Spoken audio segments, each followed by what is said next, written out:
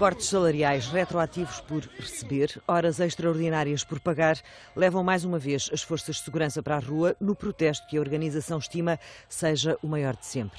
Não tenho dúvidas que depois desta manifestação algo vai acontecer e o Governo tem aqui uma palavra a dizer, ou quer continuar, quer que os polícias continuem com esta instabilidade, com esta revolta, com este descontentamento, ou então alguma coisa tem que mudar. Os cortes que se fizeram sentir logo em janeiro, que rondou em média os 150 a 200 euros a cada profissional. Qualquer guarda trabalha 2 vezes mais que qualquer funcionário público, ou seja, trabalham alguns 80 horas por semana. O que está previsto para a função pública são 40 horas. Nós não somos funcionários públicos devido à condição militar que temos. Mas o que é certo é que quando é para os cortes, estamos todos metidos no mesmo saco, digamos assim. Não recebem essas horas? E não recebemos essas horas. Das rondas negociais que se seguiram ao protesto de 21 de novembro, ficou memória de tempo perdido. O próprio Sr. Ministro veio contrariar aquilo que disse anteriormente e veio dizer que afinal aquelas reuniões foi só para falarmos do subsídio de fardamento. Os 25 euros que se fala que era tipo dar algum benefício aos guardas, não é benefício nenhum porque não é isso que vai colmatar esses prejuízos. Parece que andaram aqui um bocado a brincar com os profissionais e só demonstra o desrespeito do próprio Governo para com as forças e serviços de segurança.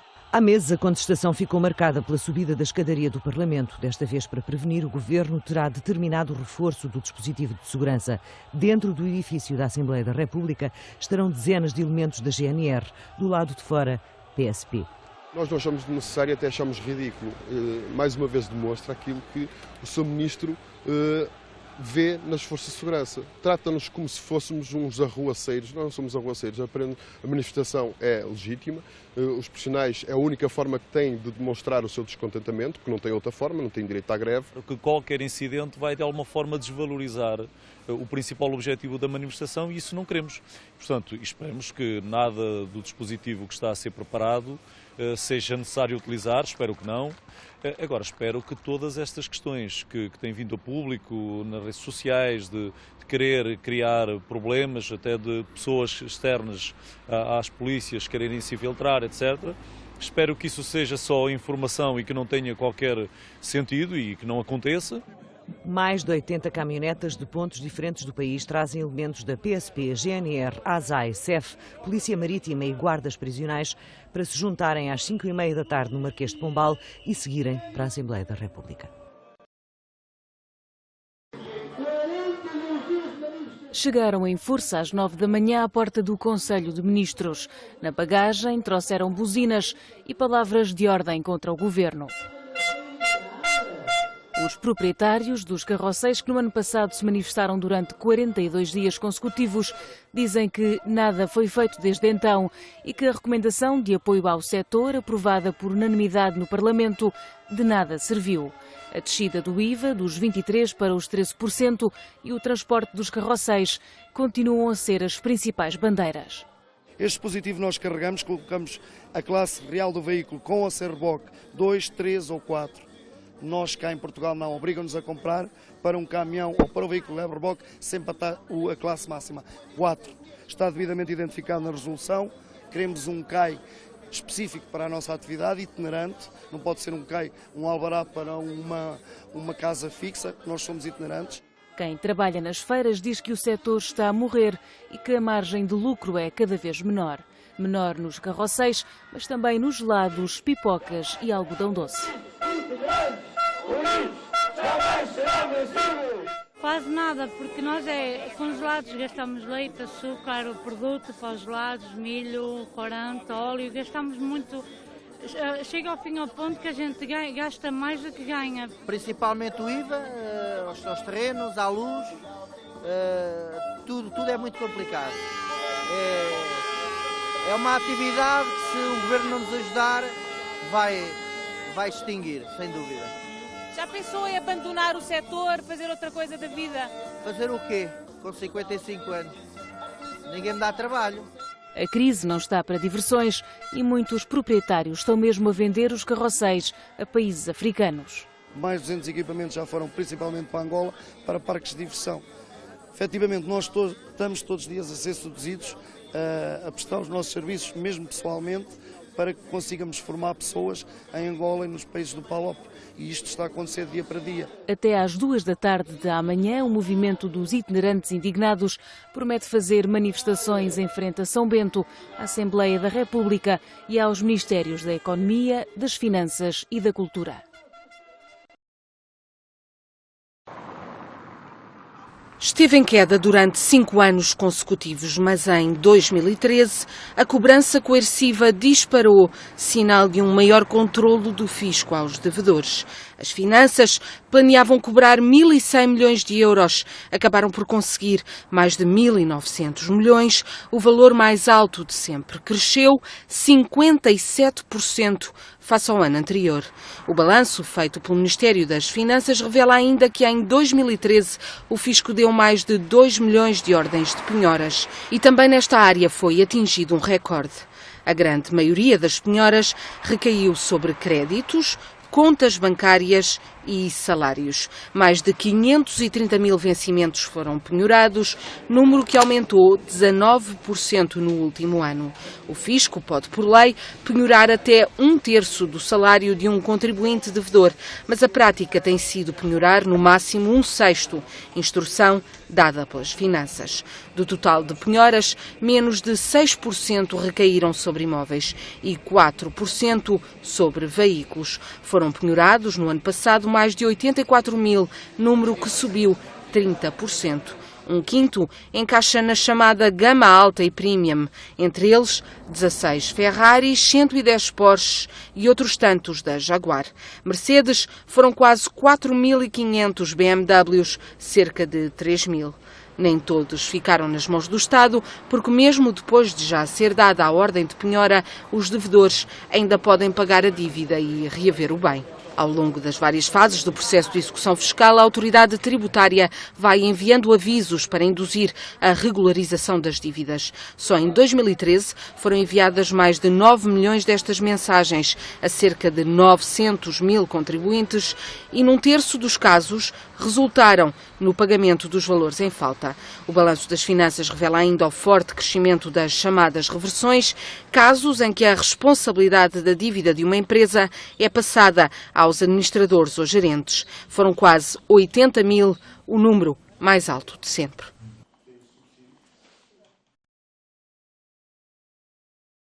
2014 marks the time for action. We have had several years of reaction. Reaction to the financial crisis, to the economic crisis, to the euro area sovereign debt crisis, and now the time has come to engage in policies that are aimed at achieving sustainable growth. And while the adjustment effort will inevitably prevail in most economies, and this is clearly the case for Portugal, the renewed institutional framework in Europe and the ongoing correction of macroeconomic imbalances, the first signs of economic recovery, do provide the required breathing space to design, prepare and initiate the road to sustainable growth.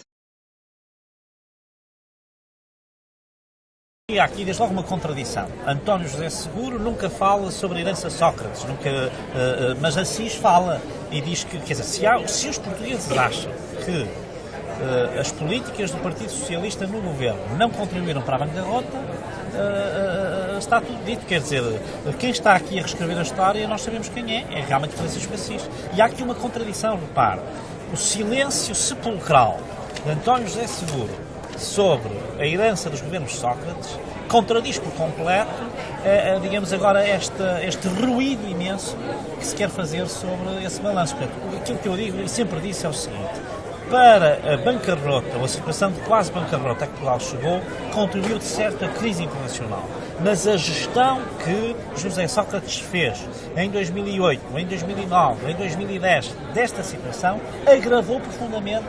Nós não teríamos ter tido uma intervenção da Troika, estou seguro disso, se tivéssemos em 2008 calculado a nossa situação. E o que se fez foi gastar mais, despender mais, gastar tudo o que havia de uma forma totalmente irresponsável. Portanto, Francisco Assis era líder parlamentar quando ainda queriam fazer o novo aeroporto, o TGV, as grandes obras todas e mais mais alguma. Aliás, eu percebo que Francisco Assis tem a necessidade de se defender, porque ele também é corresponsável, ele é cúmplice dessa política. Ele era o líder parlamentar do governo que nos trouxe à bancarrota. Portanto, eu percebo que ele sinta alguma dificuldade e que precisa de dar explicações agora. Wir möchten, dass die Menschen, die für Freiheit und Demokratie gekämpft haben, jetzt auch eine gute Entwicklung nehmen können. Deshalb begrüße ich ausdrücklich das Hilfspaket, das gestern von der Kommission verabschiedet wurde. Und Deutschland jedenfalls wird das intensiv unterstützen. Gleichzeitig müssen wir aber sagen, dass wir nicht zur Tagesordnung übergehen können, insbesondere nicht, wenn noch keinerlei diplomatischen Gespräche stattfinden. Das heißt, wir werden uns auch mit Sanktionen beschäftigen, unterschiedlicher Art und Weise. Ob sie in Kraft gesetzt werden müssen oder nicht, werden wir entscheiden, auch in Abhängigkeit davon, wie weit die diplomatischen Prozesse vorankommen. Die Außenminister sind ja gleichzeitig noch einmal in Rom zusammen und deshalb wird der Tag noch zeigen, in welcher Weise wir hier genau vorgehen. Insgesamt ein wichtiger Gipfel, in dem wir deutlich machen werden, dass wir für Demokratie und Freiheit eintreten wollen und dabei vor allen Dingen auch der Ukraine helfen wollen. Я за то, чтобы Крым был с Украиной. Я не хочу идти в бандитскую Россию. А зачем же нам люди, не спрашивая народа, телевизор, передали нас, рассказывать реальную ситуацию. Советские законы вы... Пусть ОБСЕ разговаривает с народом, пусть выйдут к народу и скажут свою позицию, и выслушают народ. Ни в какие рамки не входит. Ведь, в принципе, мы живем в цивилизованном мире, и я считаю, что все вопросы должны решаться дипломатично. Вот я хочу призвать всех людей к миру, без пособничества войны всяких провокаций и так далее. Просто вот за мир. Крым за мир. A obra ainda nem recomeçou e já se discutem os prazos da conclusão do túnel do Marão. Parados há mais de 2 anos, os trabalhos deverão reiniciar em força no verão, 3 anos depois de terem parado. A intenção do governo é agora avançar com a construção a todo vapor. Mas o Sindicato da Construção de Portugal diz que não há velocidade que consiga garantir o túnel pronto em dezembro de 2015. Vai haver uma grande pressão sobre os trabalhadores desde os menos qualificados aos mais qualificados, para que a obra avance. Mas há uma coisa, podem pôr aqui os 600 e tal mil trabalhadores da fileira da construção, que a tornadora tem um espaço. O espaço é 2,5 metros por dia. Por isso, diz o sindicalista, é só fazer as contas.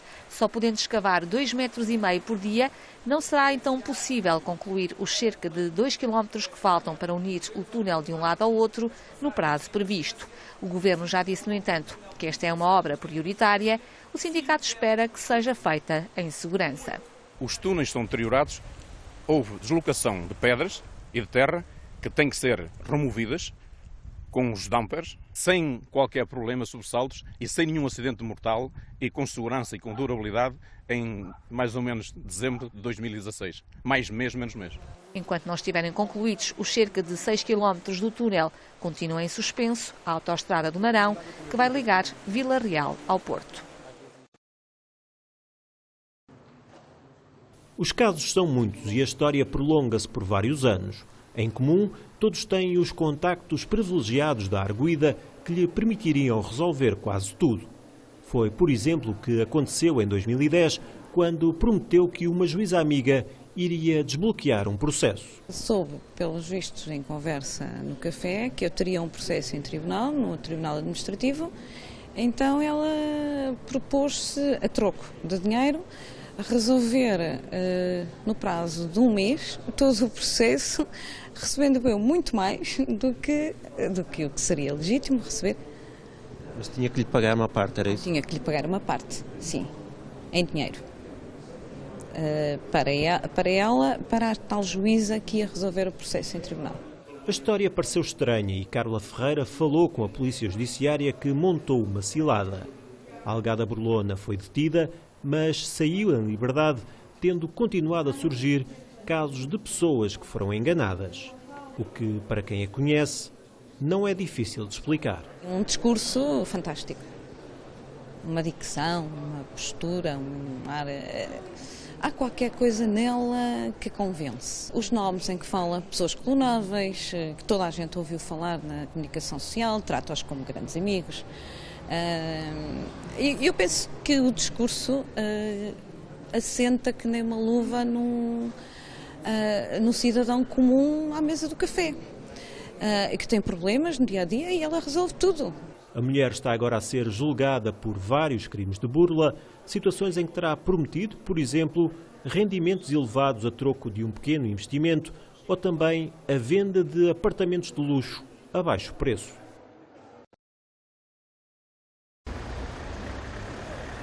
Os assistentes operacionais têm, entre outras tarefas, a de acompanhar os doentes no interior do hospital para realizar exames ou tratamentos. A queixa já não é nova. Desde outubro dizem que o turno da manhã tem de trabalhar mais 1 hora do que os que prestam serviço nos restantes. Ou seja, entram às 8 e só saem às 17. Na prática, acabam por trabalhar não 40 horas por semana, mas 45 por causa dessa hora que têm que, digamos, dar ao hospital, mesmo não interrompendo para o almoço. Ou seja, interrompem para o almoço quando podem, quando o doente o permite, quando o serviço o permite, mas descontam sempre essa hora, mesmo que eventualmente não a tirem, que muitas vezes é o que sucede, por causa do serviço que presta, que não é nenhuma fábrica, não se pode abandonar o doente onde ele está. Tem que estar com ele até ao fim do tratamento ou até ao fim, seja o trabalho que esteja a ser desenvolvido com ele. A jornada contínua é uma das reclamações, a outra tem a ver com quem faz as escalas de serviço. Estes horários estão a ser feitos de forma ilegal. Quem é responsável pela elaboração destas escalas é o Sr. Enfermeiro Diretor. Está a prejudicar um grande grupo, está a prejudicar os horários e o que se exige, no fundo, é que a escala seja feita de forma a que todos possam ter um intervalo mínimo até 30 minutos para descanso, normalmente para a refeição, e que esse período seja incluído no horário normal de trabalho, ou seja, que seja dentro das 8 horas, que na verdade é mais que justo, uma vez que os outros profissionais, nomeadamente o pessoal da enfermagem, é assim que é praticado o seu horário, é assim que é feito o seu horário. Fizeram greves parciais em janeiro, agora durante 2 dias vão assegurar apenas serviços mínimos. Só depois vão decidir novas formas de luta.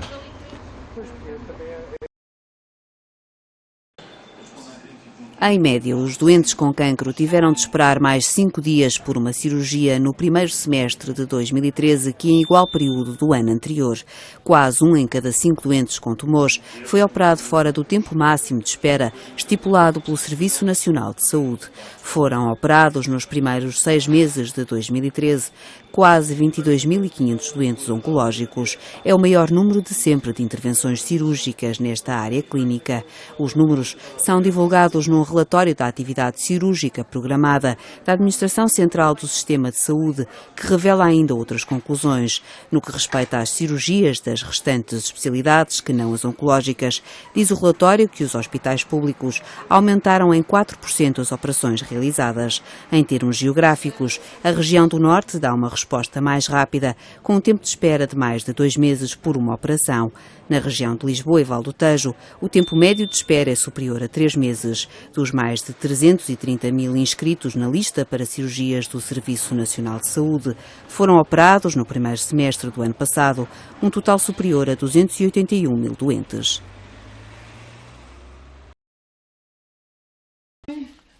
Esta foi para quem tem proeza. Maria da Purificação não se conforma.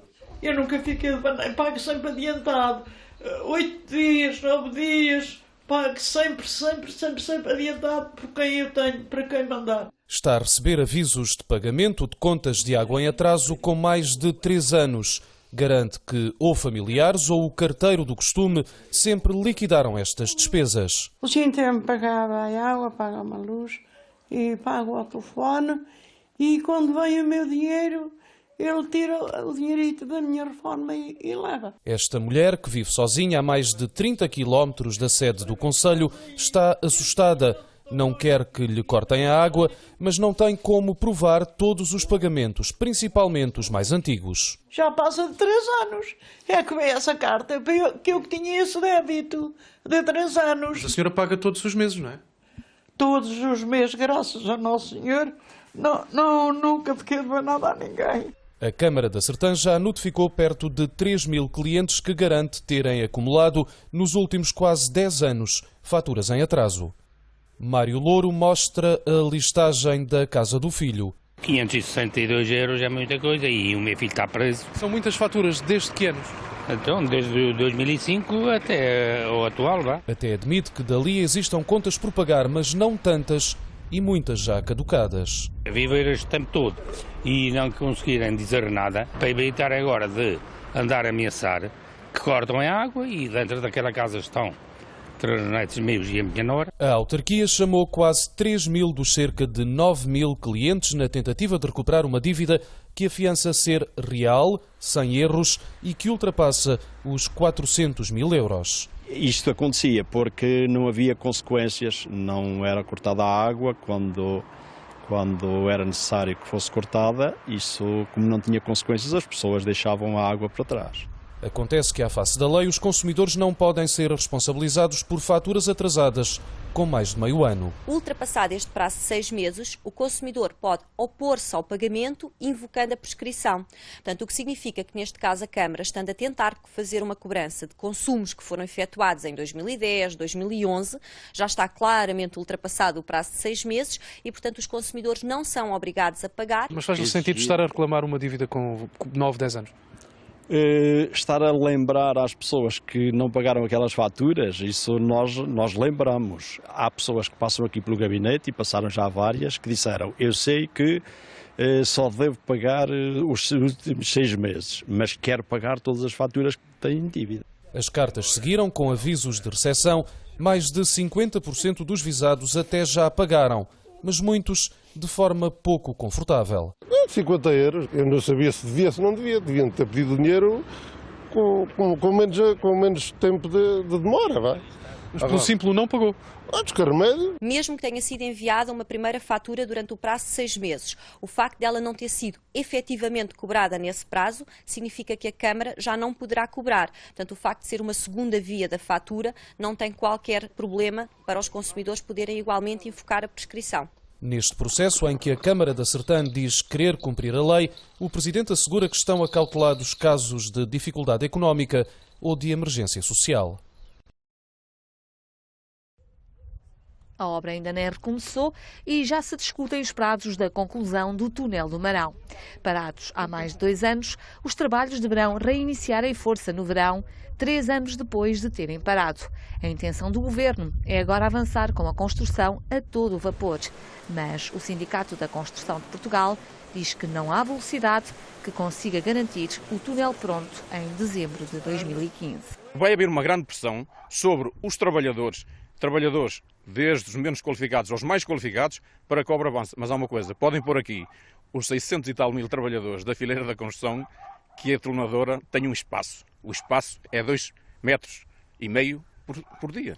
Por isso, diz o sindicalista, é só fazer as contas. Só podendo escavar 2,5 metros por dia, não será então possível concluir os cerca de 2 quilómetros que faltam para unir o túnel de um lado ao outro no prazo previsto.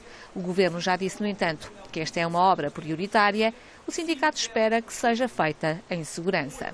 Os túneis estão deteriorados, houve deslocação de pedras e de terra que têm que ser removidas com os dumpers, sem qualquer problema, sobressaltos e sem nenhum acidente mortal e com segurança e com durabilidade em mais ou menos dezembro de 2016. Mais mês, menos mês.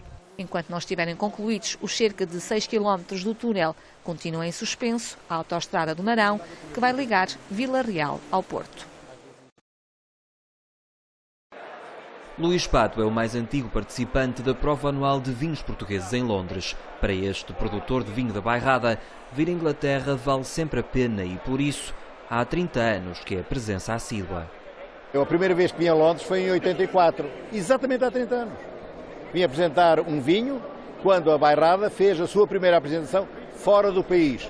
Foi aqui perto do Hyde Park e foi um sucesso enorme. Que grandes diferenças é que nota, então? Bom, hoje há muito mais jornalistas de vinho, mesmo em Inglaterra, do que nessa época. Os jornalistas são influentes, mas há, sobretudo, hoje o que eu noto é, sobretudo, uma grande aproximação a coisas novas. Mas se uns já são prata da casa, outros há para quem tudo é ainda novidade. André Gonçalves veio a Londres à procura de um importador para o seu vinho da região do Tejo. É importante este mercado pelo prestígio, não só também pela venda, como é óbvio. Neste mercado existem muitos sommeliers, muitos master wines e, portanto, é muito importante realmente estarmos neste mercado. Mas entrar no mercado britânico dos vinhos não é fácil. A elevada carga fiscal é um dos principais obstáculos para os produtores portugueses. Como exemplo, uma garrafa à venda ao consumidor entre 4 e 5 libras paga cerca de 57% de taxas e impostos neste mercado.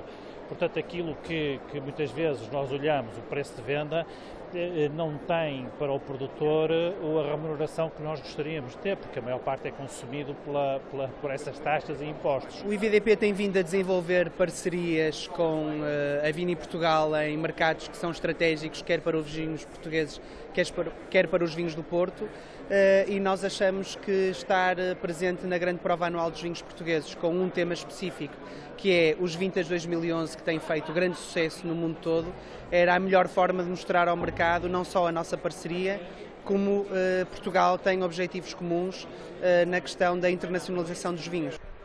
Neste certame há vinhos de todas as regiões demarcadas. José Perdigão trouxe a Londres vinhos da região do Dão. E para este produtor de Viseu, a viagem já valeu a pena. Ontem ouvimos, e com muito agrado, o sommelier da Modern Tate, e como arquiteto para mim é um orgulho ouvir um homem daqueles dizer: meus senhores, têm encruzado para vender, têm Touriga Nacional para vender, têm Alvocem para vender, venham ter connosco que eu quero comprar o vinho. Os vinhos portugueses continuam a gozar de excelente fama no Reino Unido. Para os especialistas britânicos, a variedade das castas portuguesas é uma enorme mais-valia. I think what's really interesting about Portuguese wines is the grape varieties. They are not the same grape varieties as you find all over the world. There are some grape varieties that you find in other places, others that really are unique to Portugal. The balance of Portuguese wines is fantastic. I've tasted some very, very good Portuguese wines. I absolutely love the Touriga grape. It gives you that fruit, it gives you the acidity and the character that's up there with all of your other wines from Italy and Spain. I absolutely recommend them all. This one is absolutely gorgeous. Portuguese wine for me is a way of offering something a little bit different to many of my customers. Not a lot of many people know yet, particularly still wine, particularly unfortified wines, unfortified Portuguese wines in the UK. So many of my customers are open to something new. It's a way for them to discover and enjoy something different.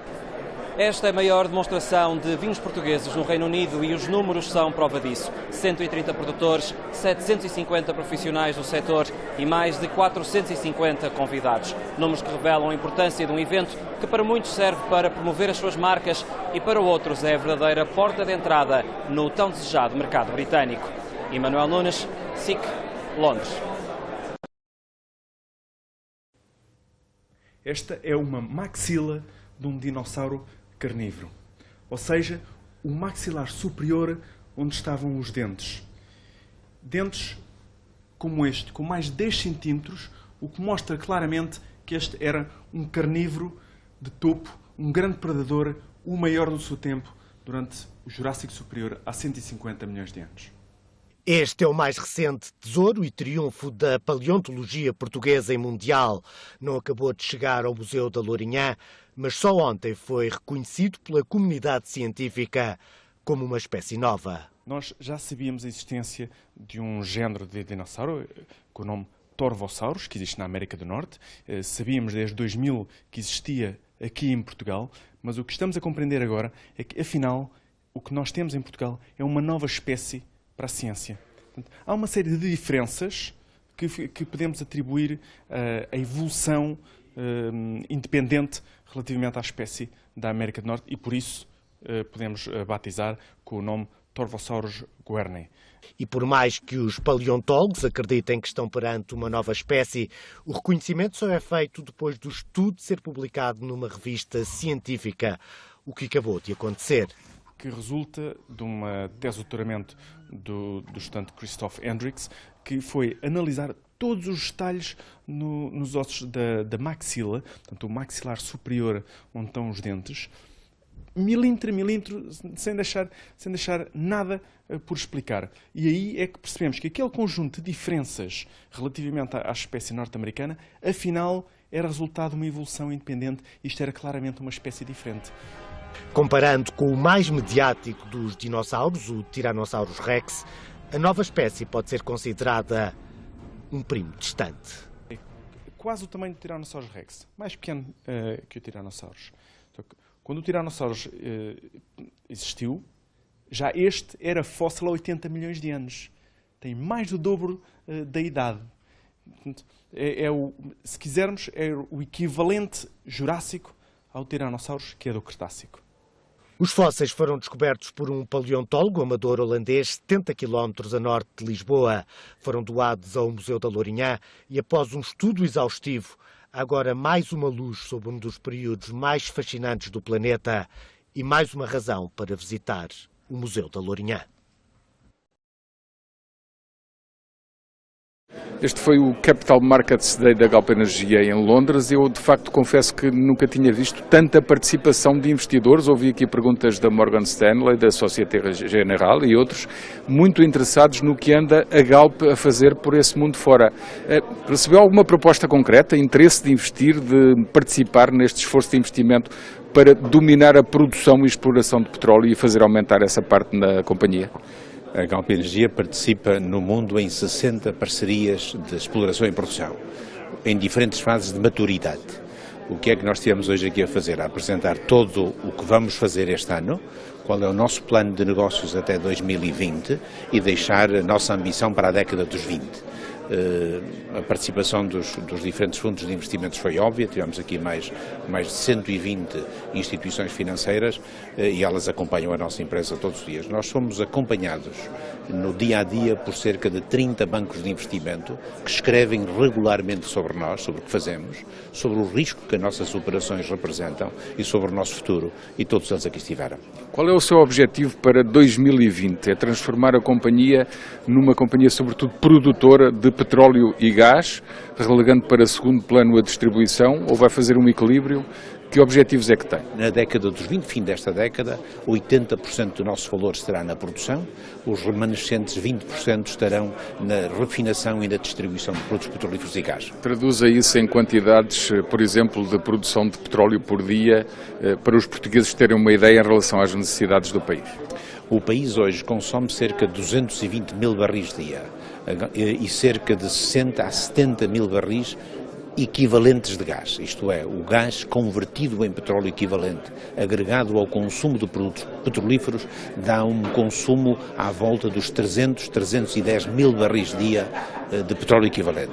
Esse é também o nosso objetivo de produção em 2020. Portanto, nós poderemos dizer, se conseguirmos executar os projetos que temos em curso, que Portugal, através da Galp Energia, será autossuficiente em termos de fornecimento de petróleo e gás à nossa economia. A Galp Energia hoje já tem 2.600 milhões de barris de petróleo equivalente em reserva, em recursos e reservas, e esses recursos e reservas são suficientes para sustentar uma produção dos tais 300 mil barris dia durante mais de 20 anos. Para fazer tudo isto precisa de dinheiro, é por isso que está aqui, a julgar pelo interesse, pareceram muito interessados todos os mais de 100 participantes. Nós não temos neste momento dificuldades em financiar os nossos projetos e temos liquidez, uma liquidez muito forte, que tivemos o cuidado de acumular. Nós hoje temos uma liquidez próxima dos 3,9 bilhões de euros,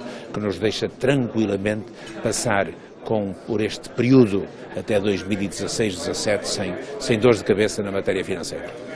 Nesta área, para explicar às pessoas que nos estão a ouvir, em que é que se traduz todo este crescimento da companhia? Traduz-se em baixa de preços, vantagens competitivas para os vossos clientes? Os nossos produtos nas refinarias são commodities, e têm preços que são fixados independentemente da sua estrutura de custos. Isto é, um barril de gasolina ou de gasóleo tem um preço que varia todos os dias, de acordo com a oferta e a procura deste produto, e independentemente de quanto custa produzi-lo. Preferiríamos muito estar num negócio em que a margem fosse custo, em que o preço de venda fosse o custo, mais uma margem para remunerar o capital investido.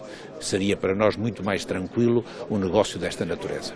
O nosso negócio é assim, é com ele que temos que conviver. Portanto, os nossos clientes de produtos petrolíferos e de gás natural pagarão o preço deste commodity nos mercados internacionais com as margens que são de um negócio onde existe muita competitividade e muita eficiência. Já debatemos muito este assunto. De qualquer forma, por questões de atualidade, há uma indicação de que a Autoridade da Concorrência está a investigar a distribuição de gás de botija, que atinge uma grande parte, que abrange uma grande parte do território nacional, portanto é relevante para muitas famílias, e os industriais queixam-se do preço do gás natural, que será 10 a 20% acima da média europeia. O que é que observa em relação a estas duas queixas dos portugueses?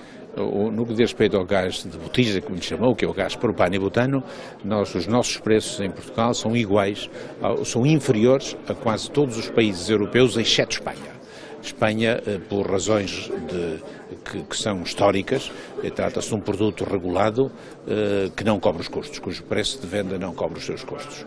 No que diz, há dois países na Europa que têm um preço regulado, que é a Espanha e Bélgica. Os nossos preços, curiosamente, estão ao nível dos preços da Bélgica, onde o preço do gás de garrafa é regulado. Portanto, estamos tranquilos, só em termos de pricing. Outra vez, o preço dos butano e propano não é função da vontade da Galp Energia, é função do seu valor nos mercados internacionais. E o gás natural? Este produto, contudo, tem uma cadeia de comercialização muito longa. Ele é distribuído no país por mais de 50 mil pontos de venda, onde existe concorrência a esse nível, concorrência essa onde nós não atuamos, porque não temos poder para o fazer.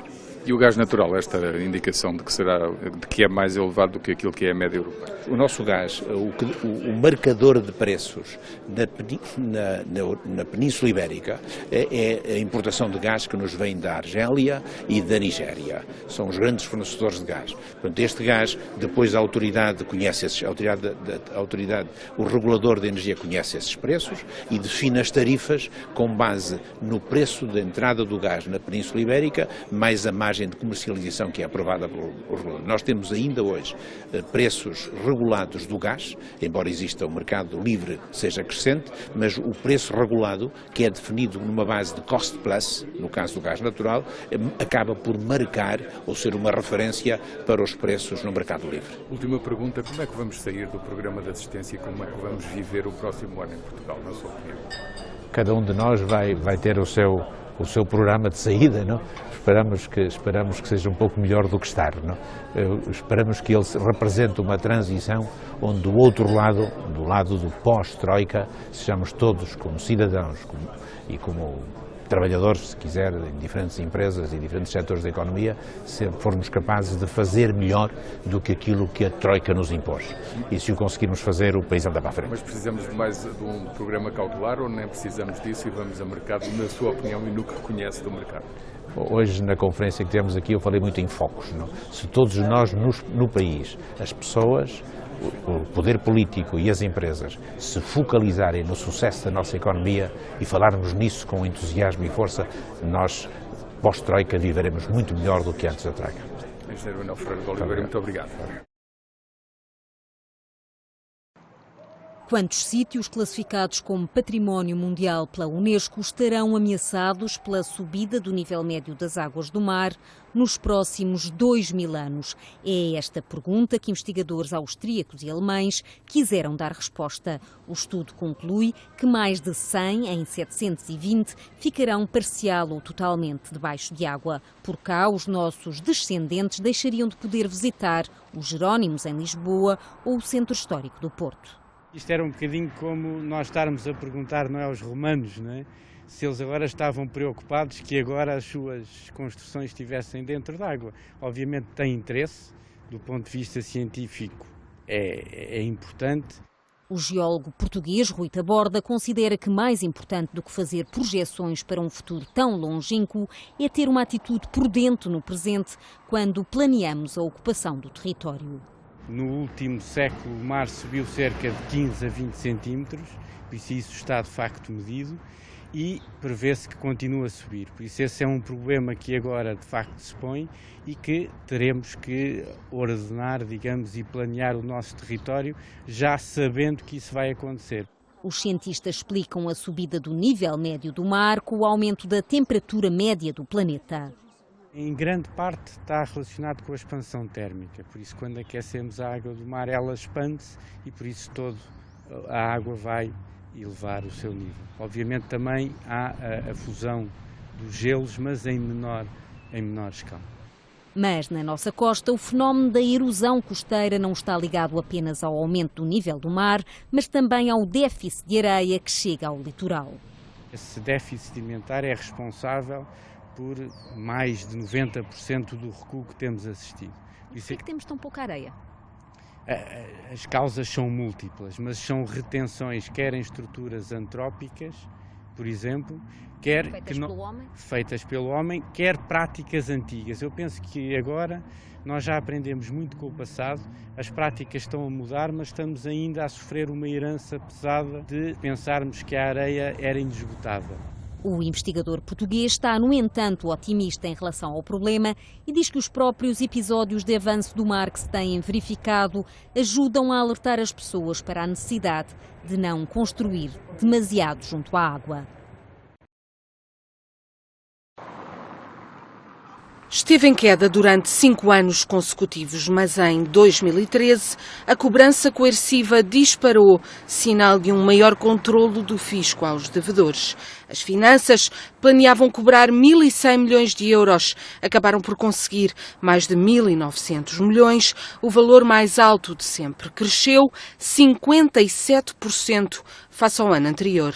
O balanço feito pelo Ministério das Finanças revela ainda que em 2013 o fisco deu mais de 2 milhões de ordens de penhoras. E também nesta área foi atingido um recorde. A grande maioria das penhoras recaiu sobre créditos, contas bancárias e salários. Mais de 530 mil vencimentos foram penhorados, número que aumentou 19% no último ano. O fisco pode, por lei, penhorar até 1/3 do salário de um contribuinte devedor, mas a prática tem sido penhorar no máximo 1/6, instrução dada pelas finanças. Do total de penhoras, menos de 6% recaíram sobre imóveis e 4% sobre veículos. Foram penhorados no ano passado mais de 84 mil, número que subiu 30%. Um quinto encaixa na chamada gama alta e premium, entre eles 16 Ferraris, 110 Porsches e outros tantos da Jaguar. Mercedes foram quase 4.500, BMWs cerca de 3.000. Nem todos ficaram nas mãos do Estado, porque mesmo depois de já ser dada a ordem de penhora, os devedores ainda podem pagar a dívida e reaver o bem. Ao longo das várias fases do processo de execução fiscal, a autoridade tributária vai enviando avisos para induzir a regularização das dívidas. Só em 2013 foram enviadas mais de 9 milhões destas mensagens a cerca de 900 mil contribuintes e num terço dos casos resultaram no pagamento dos valores em falta.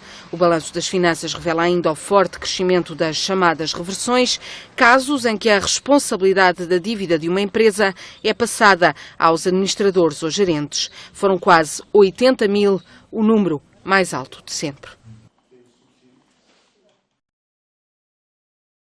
João frequenta o 9º ano e recebe hoje uma lição diferente. É para depois, lá se for em cima, com o rabo de porco, vai ficar o rabo de porco lá em cima. Estás a ver que é para segurar lá em cima Da experiência de Adelino Mendes, como eletricista, pouco deve ficar para o futuro, mas os conselhos de vida podem ser guardados. Diz que isto que pode ser um meu trabalho para o futuro. Porquê? Não há aí muito emprego e... Se fores um bom profissional podes ganhar muito dinheiro aí? Sim. Já está um bocadinho cansada, porque vieram agora, estão atrapalhados. Não estão habituados? Não, não são muito. E esta profissão de eletricista, como é que é? É um bocadinho dura, às vezes, outras vezes não é. Há dias de tudo. Mas é um ofício onde se pode ganhar dinheiro. Sim, dá muito dinheiro.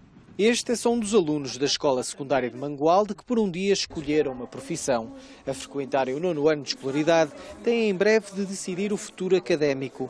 Jéssica tenta por isso fazer um clique no rumo a seguir. É muito interessante, gosto muito de fotografia, acho que é uma profissão muito... Pronto, podemos filmar. Ver o que é realidade, o que é trabalhar mesmo e não sei se será o caso dela que se depois seguirá a fotografia, mas terá toda a oportunidade agora de ver como é que é o funcionamento e também um bocadinho aqui no balcão com as pessoas e a nível técnico connosco. Os cursos profissionais são muito importantes porque eles podem parar por ali, mas têm sempre uma formação profissional em que saem dali e têm a oportunidade de exercer alguma profissão e, a meu ver, estão muito mais bem preparados do que num curso que têm sempre que seguir para a universidade. À porta do tribunal, mais do que uma lição de advocacia, Rui Pires da Silva tenta aos estagiários, por um dia, dar uma visão do mundo fora da sala de aula. Por vezes o ensino funciona um pouco desligado da realidade. Hoje tem esta ponte a estabelecer-se com a sociedade, com a realidade profissional. E é importante perceberem que ainda poderá haver aqui um lugar à espera deles. Ser advogado, talvez nos momentos em que estamos hoje, não seja assim tão fácil, mas quando nós queremos tudo, se calhar, mesmo com adversidades, se calhar, além dos sonhos, é o querer, é a vontade. Ainda não tenho a certeza, sempre gostei destas coisas, judiciais e isso, mas ser advogado, isto foi mais para ver mais como é que é, para ter uma ideia. Eles têm mesmo esta vontade de perceberem o que querem ser no futuro e alguns têm dúvidas. E este projeto vai mesmo nesse sentido, permitir aos jovens do 9º ano que experienciem vidas profissionais que terão dúvidas de quererem ser um dia. O projeto Ser por um Dia está a ajudar dezenas de alunos de Mangualde a definir um caminho para o futuro. A cadeira adaptada do David foi oferecida por uma instituição há 2 anos, graças à persistência do pai. Sem resposta da Segurança Social, bateu a todas as portas até conseguir o equipamento de quase 6.000 euros. José Francisco trava agora uma nova luta, cuidar sozinho do filho com paralisia cerebral e da mulher que está acamada por causa de uma queda. Eu de manhã para tratar da higiene dele, é para pô-lo prontinho para depois ir ali para a escola porque vêm-no buscar às 8h30. Tenho que estar mais tardar 5 horas em casa, se tiver a fazer qualquer coisa já, se não conseguir fazer já tenho que deixar o que estou a fazer, porque às 5 tenho que estar em casa porque ele, no entretanto, está-me a chegar da escola. Isto à segunda, à quarta e à sexta. À terça e à quinta é que tenho que ir com ele para a fisioterapia. É o meu marido, é que trata dele, é que trata de mim, mas ele é que se põe a pé mais cedo, é que manda para a escola. Olha, enfim, não tem sido muito complicado. Muito complicado. Este funcionário da autarquia de Matosinhos está sem trabalhar desde janeiro, enquanto a mulher recupera. A reforma por invalidez de Olinda e o abono de David não chegam sequer aos 500 euros. Todos os meses há contas que ficam por pagar. Entre casa e escola é uma média de 5 a 6 embalagens de fraldas por mês. Cada embalagem de fraldas é quase 30 euros. Através de um amigo da família, um grupo que junta elementos da PSP, da GNR e seguranças privados, tomou conhecimento da situação e decidiu ajudar. Estão a organizar um torneio de futsal, onde vão participar até equipas da Polícia Espanhola.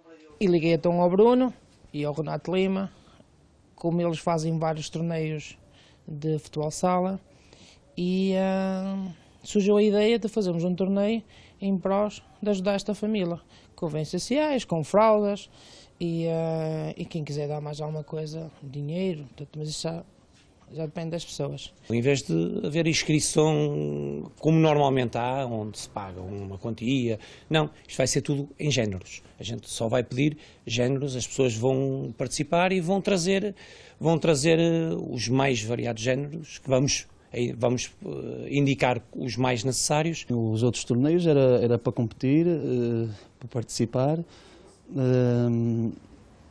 e nunca pensámos em entrar neste tipo de ações. Mas como a nossa equipa é de pessoas muito humildes, muito unidas, a convite do empresário Nuno Ferreira decidimos colaborar nesta causa. O torneio está apontado para abril. Até lá podem ser feitos donativos através da página do Facebook.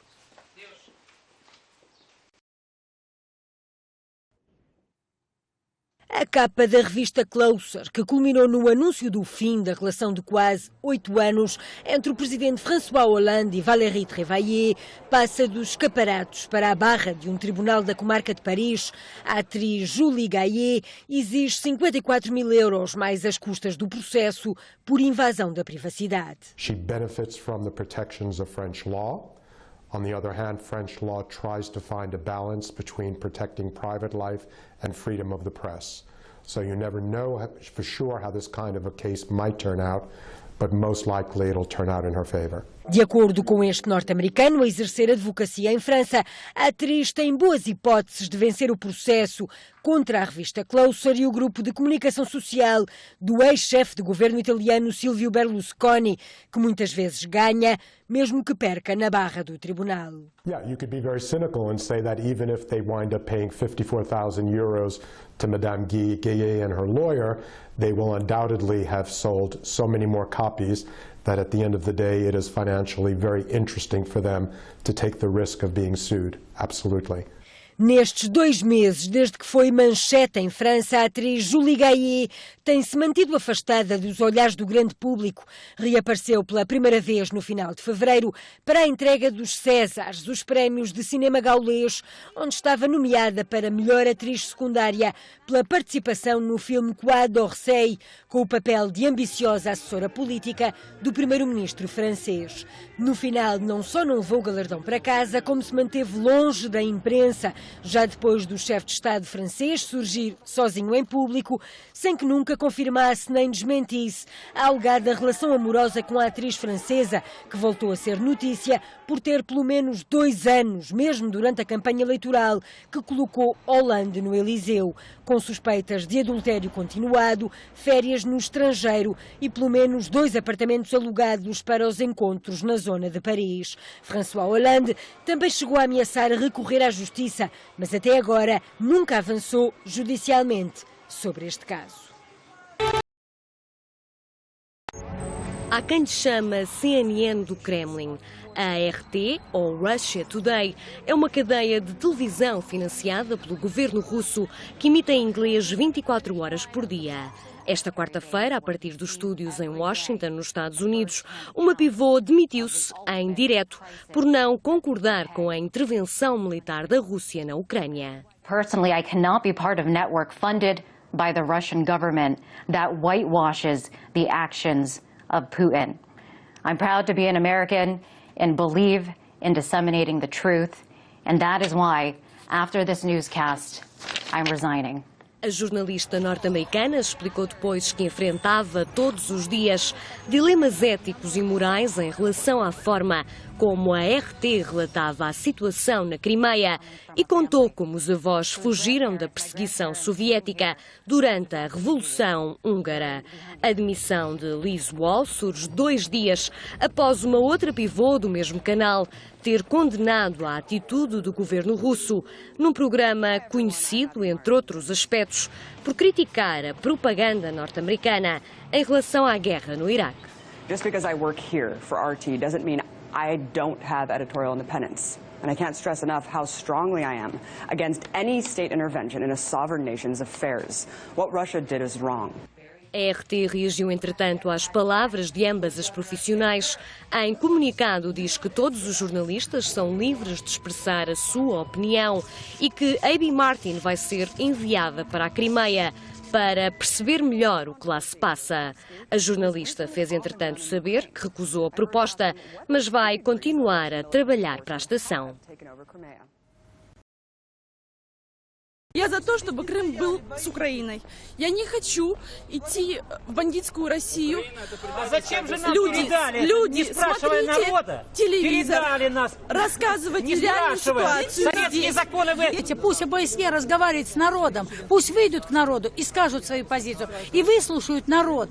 Ни в какие рамки не входит. Ведь, в принципе, мы живем в цивилизованном мире, и я считаю, что все вопросы должны решаться дипломатично. Вот я хочу призвать всех людей к миру, без пособничества войны всяких. всяких провокаций и так далее. Просто вот за мир. Крым за мир. Cortes salariais retroativos por receber, horas extraordinárias por pagar, levam mais uma vez as forças de segurança para a rua no protesto que a organização estima seja o maior de sempre. Não tenho dúvidas que depois desta manifestação algo vai acontecer e o Governo tem aqui uma palavra a dizer, ou quer continuar, quer que os polícias continuem com esta instabilidade, com esta revolta, com este descontentamento, ou então alguma coisa tem que mudar. Os cortes que se fizeram sentir logo em janeiro, que rondou em média os 150 a 200 euros a cada profissional. Qualquer guarda trabalha 2 vezes mais que qualquer funcionário público, ou seja, trabalham alguns 80 horas por semana. Está previsto para a função pública, são 40 horas.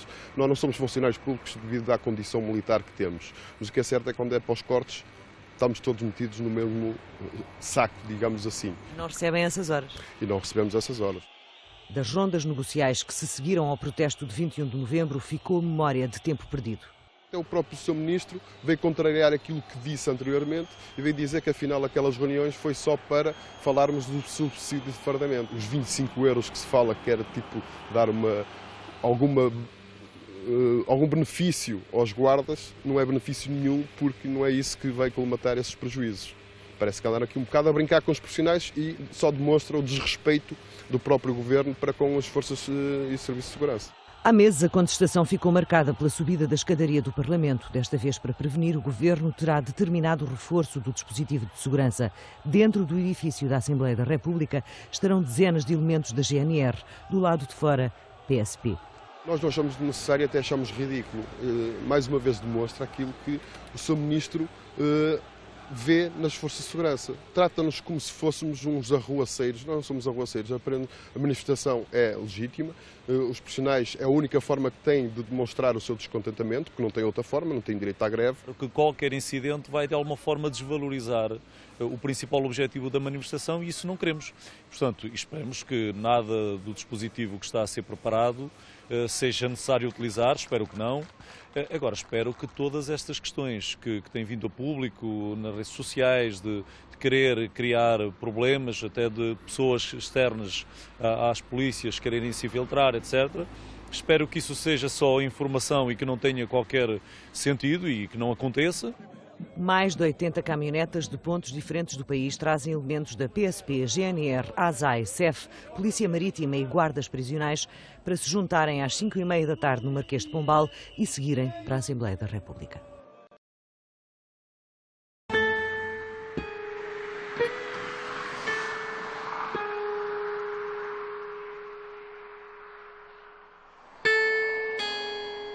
Em Paredes fecharam 600 empresas entre 2005 e 2012.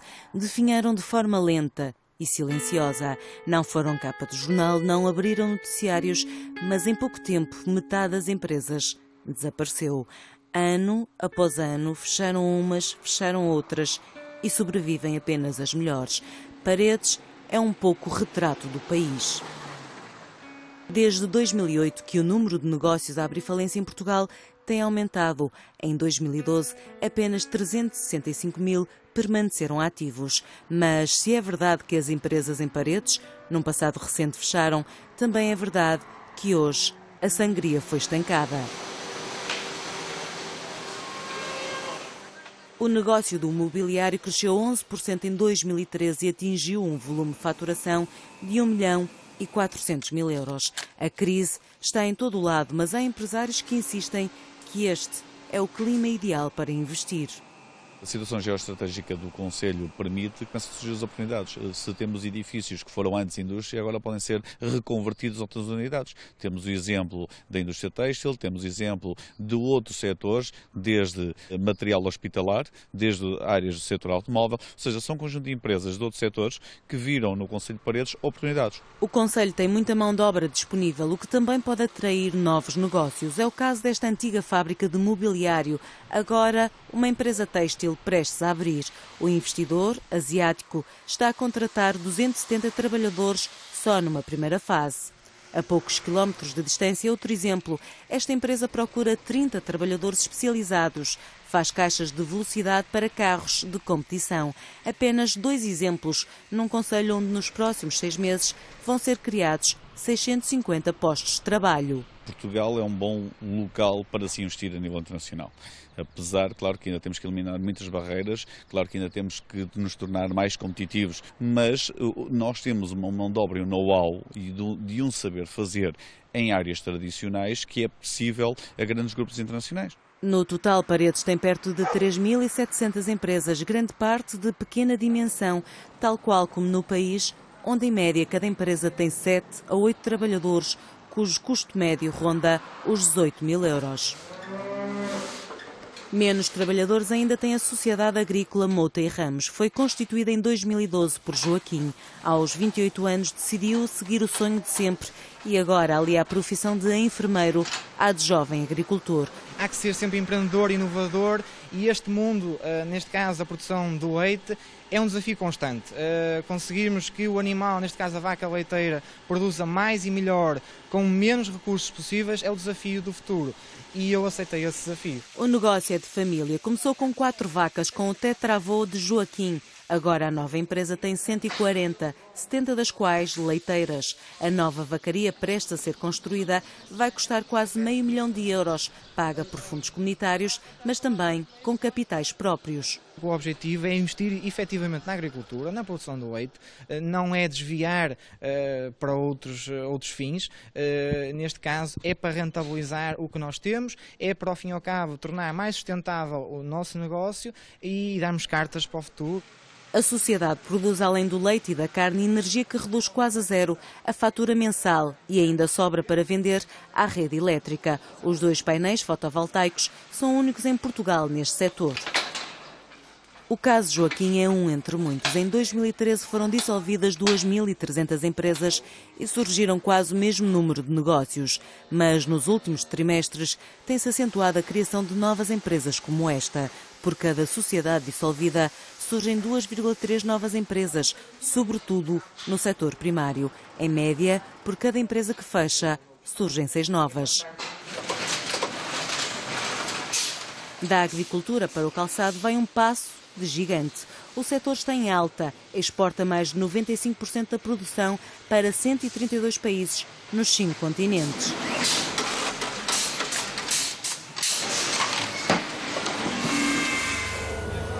As exportações têm sido utilizadas como argumento para defender a recuperação da economia portuguesa. Os dados da Fundação Francisco Manuel dos Santos mostram que em 2012 mais de 44 mil empresas exportaram parte da produção. Quem mais vende para fora é a indústria transformadora. A Felmini é o exemplo de uma marca criada a pensar no estrangeiro. Exporta 98% da produção, sobretudo para Itália, França e Alemanha. Mas a empresa está sempre à procura de novos mercados. Começámos este ano na Feira de Las Vegas, que foi há 2 semanas atrás, a fazer a distribuição. Fizemos uma feira já devidamente estruturados e ela correu muito bem. Então são sinais muito positivos para que vai ser um grande mercado para a Felmini. E reforçamos a nossa presença na Austrália e Nova Zelândia. A empresa acabou de contratar mais pessoal. São agora quase 200 funcionários que por ano fazem 300 mil pares de sapatos. O volume de faturação atingiu os 14 milhões de euros no ano passado. E este ano as vendas deverão correr ainda melhor numa fábrica que aposta na qualidade. O nosso artigo é muito elaborado, demora muito tempo para produzir e tem peles muito boas, é um nível caro. Aqui em Portugal também vende-se, mas não é com aquela facilidade como se vende nestes países por aí fora.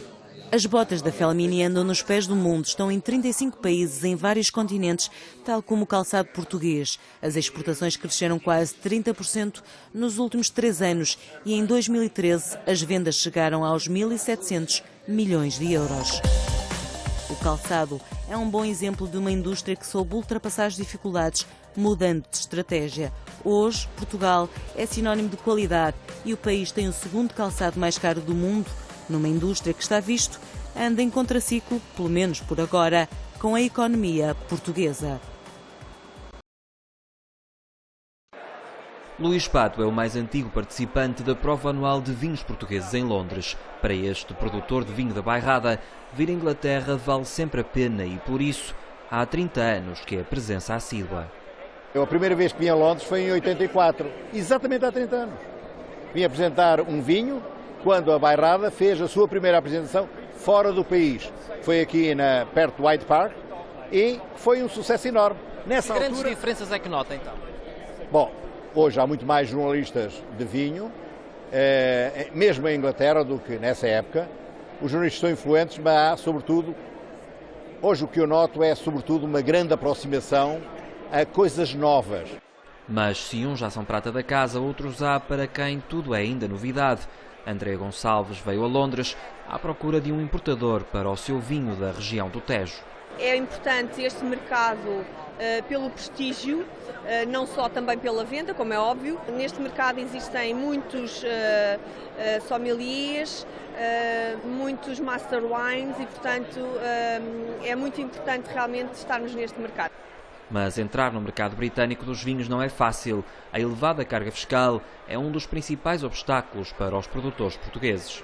Como exemplo, uma garrafa à venda ao consumidor entre 4 e 5 libras paga cerca de 57% de taxas e impostos neste mercado.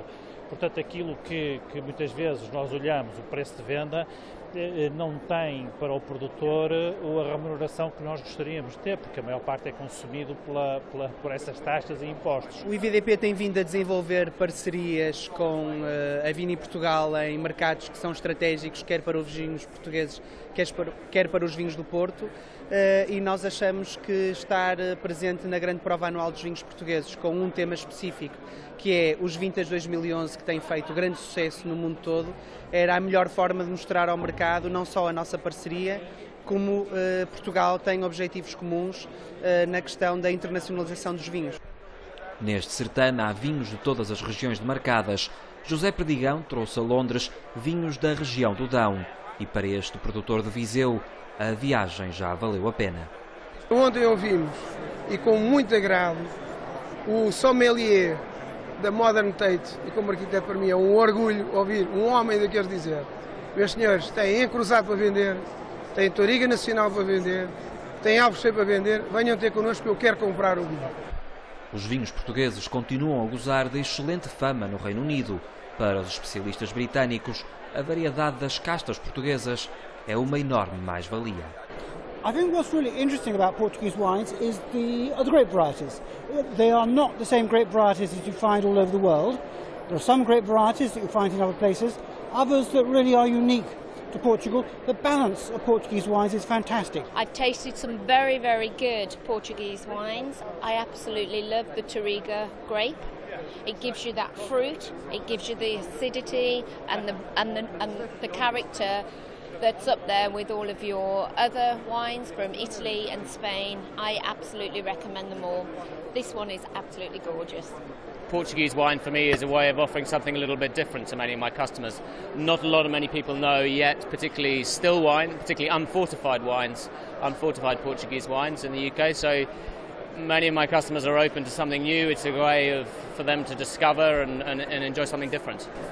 Esta é a maior demonstração de vinhos portugueses no Reino Unido e os números são prova disso. 130 produtores, 750 profissionais do setor e mais de 450 convidados. Números que revelam a importância de um evento que para muitos serve para promover as suas marcas e para outros é a verdadeira porta de entrada no tão desejado mercado britânico. Emanuel Nunes, SIC, Londres. Esta é uma maxila de um dinossauro carnívoro, ou seja, o maxilar superior onde estavam os dentes. Dentes como este, com mais de 10 centímetros, o que mostra claramente que este era um carnívoro de topo, um grande predador, o maior do seu tempo, durante o Jurássico Superior há 150 milhões de anos. Este é o mais recente tesouro e triunfo da paleontologia portuguesa em mundial. Não acabou de chegar ao Museu da Lourinhã, mas só ontem foi reconhecido pela comunidade científica como uma espécie nova. Nós já sabíamos a existência de um género de dinossauro com o nome Torvosaurus, que existe na América do Norte. Sabíamos desde 2000 que existia aqui em Portugal, Mas o que estamos a compreender agora é que, afinal, o que nós temos em Portugal é uma nova espécie para a ciência. Portanto, há uma série de diferenças que podemos atribuir à evolução independente relativamente à espécie da América do Norte e, por isso, podemos batizar com o nome Torvosaurus guernei. E por mais que os paleontólogos acreditem que estão perante uma nova espécie, o reconhecimento só é feito depois do estudo ser publicado numa revista científica, o que acabou de acontecer. Que resulta de uma tese de doutoramento do estudante Christoph Hendricks, que foi analisar todos os detalhes nos ossos da maxila, portanto o maxilar superior onde estão os dentes, milímetro a milímetro, sem deixar nada por explicar. E aí é que percebemos que aquele conjunto de diferenças relativamente à espécie norte-americana, afinal, era resultado de uma evolução independente. Isto era claramente uma espécie diferente. Comparando com o mais mediático dos dinossauros, o Tyrannosaurus Rex, a nova espécie pode ser considerada um primo distante. É quase o tamanho do Tyrannosaurus Rex, mais pequeno que o Tyrannosaurus. Então, quando o Tyrannosaurus existiu, já este era fóssil há 80 milhões de anos. Tem mais do dobro da idade. Portanto, se quisermos, é o equivalente jurássico ao Tyrannosaurus, que é do Cretácico. Os fósseis foram descobertos por um paleontólogo amador holandês 70 km a norte de Lisboa. Foram doados ao Museu da Lourinhã e, após um estudo exaustivo, há agora mais uma luz sobre um dos períodos mais fascinantes do planeta e mais uma razão para visitar o Museu da Lourinhã. A capa da revista Closer, que culminou no anúncio do fim da relação de quase 8 anos entre o presidente François Hollande e Valérie Trierweiler, passa dos escaparatos para a barra de um tribunal da comarca de Paris. A atriz Julie Gaillet exige 54 mil euros mais as custas do processo por invasão da privacidade. She benefits from the protections of French law. On the other hand, French law tries to find a balance between protecting private life and freedom of the press. So you never know for sure how this kind of a case might turn out, but most likely it'll turn out in her favor. De acordo com este norte-americano a exercer advocacia em França, a atriz tem boas hipóteses de vencer o processo contra a revista Closer e o grupo de comunicação social do ex-chefe de governo italiano Silvio Berlusconi, que muitas vezes ganha, mesmo que perca na barra do tribunal. Yeah, you could be very cynical and say that even if they wind up paying 54,000 euros to Madame Gaillet and her lawyer, they will undoubtedly have sold so many more copies that at the end of the day it is financially very interesting for them to take the risk of being sued. Absolutely. Nestes 2 meses, desde que foi manchete em França, a atriz Julie Gaillet tem-se mantido afastada dos olhares do grande público. Reapareceu pela primeira vez no final de fevereiro para a entrega dos Césares, os prémios de cinema gaulês, onde estava nomeada para melhor atriz secundária pela participação no filme Croix d'Orsay, com o papel de ambiciosa assessora política do primeiro-ministro francês. No final, não só não levou o galardão para casa, como se manteve longe da imprensa, já depois do chefe de Estado francês surgir sozinho em público, sem que nunca confirmasse nem desmentisse a alegada relação amorosa com a atriz francesa, que voltou a ser notícia por ter pelo menos 2 anos, mesmo durante a campanha eleitoral, que colocou Hollande no Eliseu, com suspeitas de adultério continuado, férias no estrangeiro e pelo menos 2 apartamentos alugados para os encontros na zona de Paris. François Hollande também chegou a ameaçar recorrer à justiça, mas até agora nunca avançou judicialmente sobre este caso. Esta foi para quem tem proeza. Maria da Purificação não se conforma. Eu nunca fiquei de bandeira, pago sempre adiantado. 8 dias, 9 dias, pago sempre adiantado por quem eu tenho, para quem mandar. Está a receber avisos de pagamento de contas de água em atraso com mais de 3 anos.